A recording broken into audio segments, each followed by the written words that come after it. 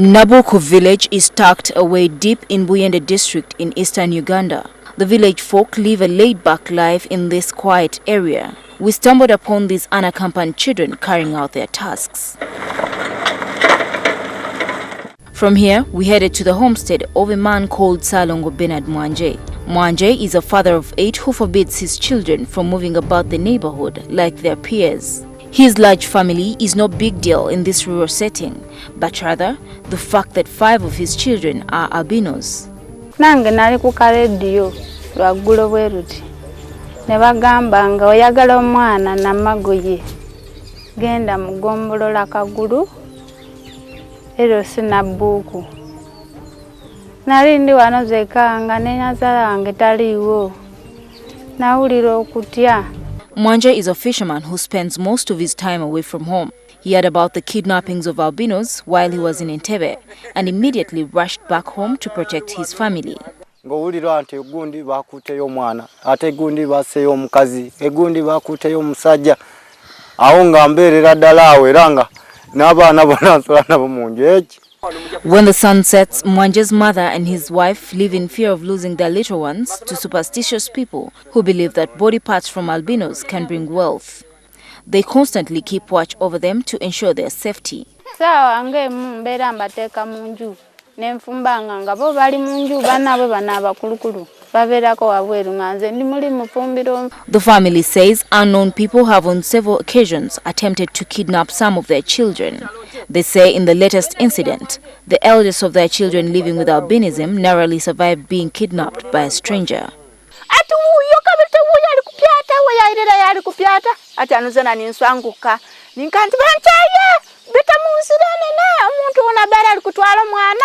This boy, who was in primary 2, is now staying at home after his parents stopped him from studying, fearing that he may be kidnapped.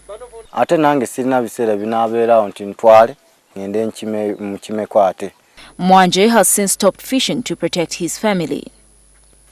Many cases of parents abandoning children with albinism have been reported in East Africa, but the experience of this family is quite touching. These parents are puzzled by the kidnappings and killings reported in their area. A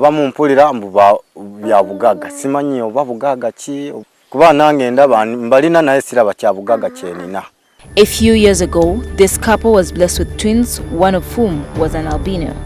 But unfortunately, the twins passed away at a tender age. Something strange happened at the graveyard after they buried their twins.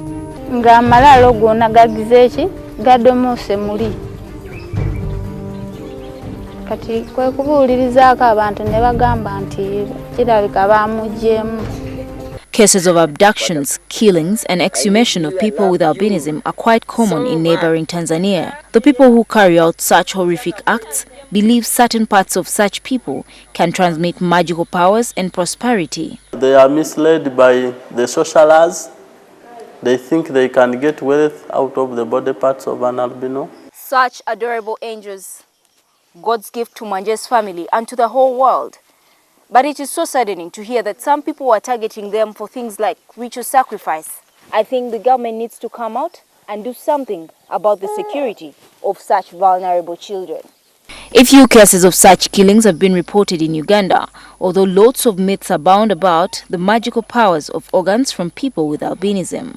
In 2010, a local newspaper reported a case of a man who was arrested as he attempted to traffic body parts of albinos to Tanzania.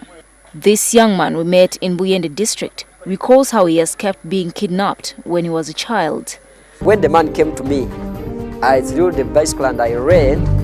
So in the process of running, I met 2 ladies there.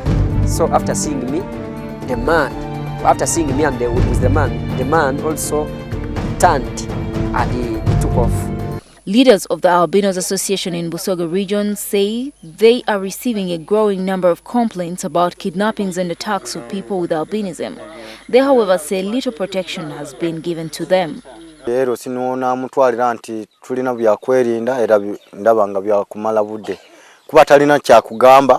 have never received a complaint officially from them that their lives are threatened. We spoke to the head of traditional healers in Uganda, Sylvia Namutebi, about the predicament of albinos in Uganda. tewali paati wadde akaviiri bwe kati kayinza kubeera nti katabulwamu eddagala liyamba omulwadde gw'ojjanjaba oba limuwa obugagga. Namutebi, who is commonly known as Mama Fina, says genuine traditional healers do not engage in the ritual sacrifice of albinos.